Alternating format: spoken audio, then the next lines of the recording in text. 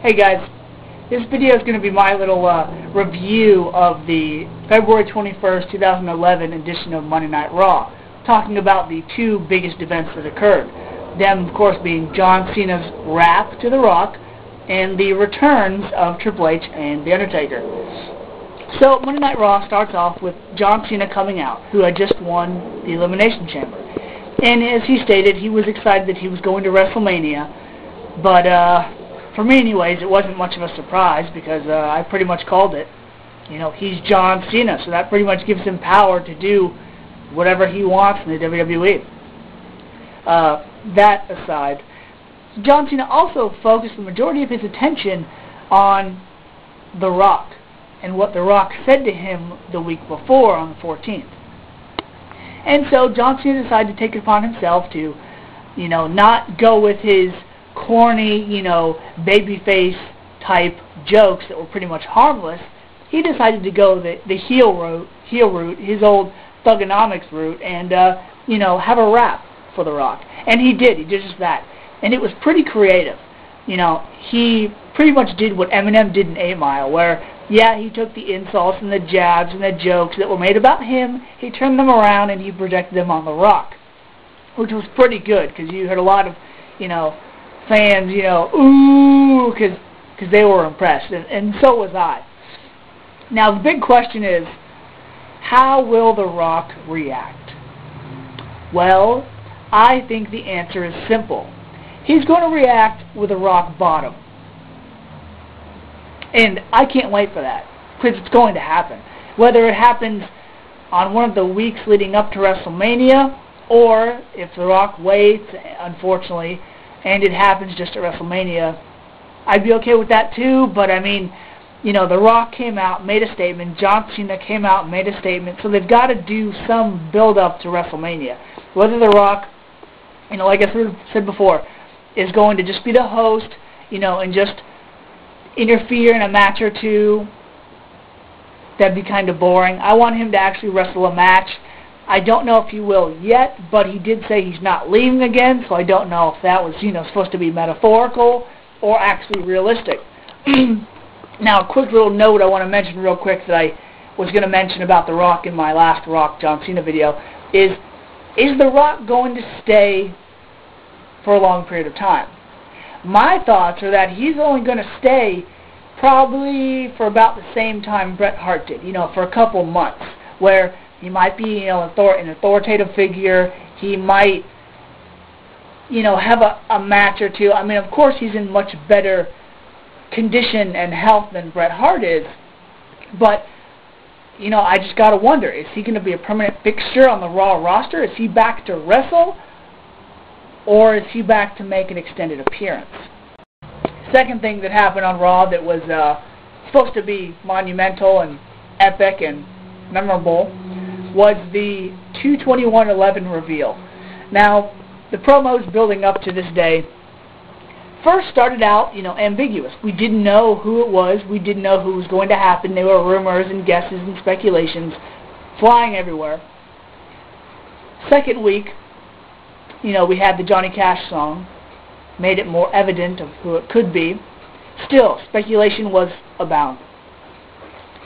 Third week, we got to see The Undertaker, thus confirming everyone's, you know, guesses on who it could be. Now, the promos were pretty good. You know, I liked how they kind of went with the old school, you know, Undertaker before he came back with the whole American Badass, you know, theme, little girls, you know, singing Ring Around the Rosie, and them going, he's here, you know, because we had no idea who that was going to be. It was kind of like that, but then again, it was more dark and more Undertaker style. So, the first mistake that the WWE made for me was the countdown. Now, the countdown would have been cool had The Undertaker not returned in what seemed like the middle of the show. I mean, had he returned at the end of the show, that would have been more memorable than, you know, him coming out and then there being the main event and that's it. I wanted his return to be an interference. I wanted his return to be payback. I wanted his return, to be beating the hell out of people, like he'd pretty much returned before in the past. But it wasn't. Undertaker comes out, and then, after he gets in the ring, unexpectedly, Triple H came out. Now, my initial reaction was, oh my gosh, I didn't see the Elimination Chamber. Did something happen between between Triple H and the Undertaker that I missed? Because it was like Triple H was coming out for vengeance, or to talk to the Undertaker face to face. That's what it seemed like. But no, Triple H comes out, has a stare down with Undertaker. They look at the look at the WrestleMania sign. Undertaker kind of, grins, like, you really want to do that? What a joke. And goes to turn away. People start booing. Undertaker turns back around, does the, cutthroat.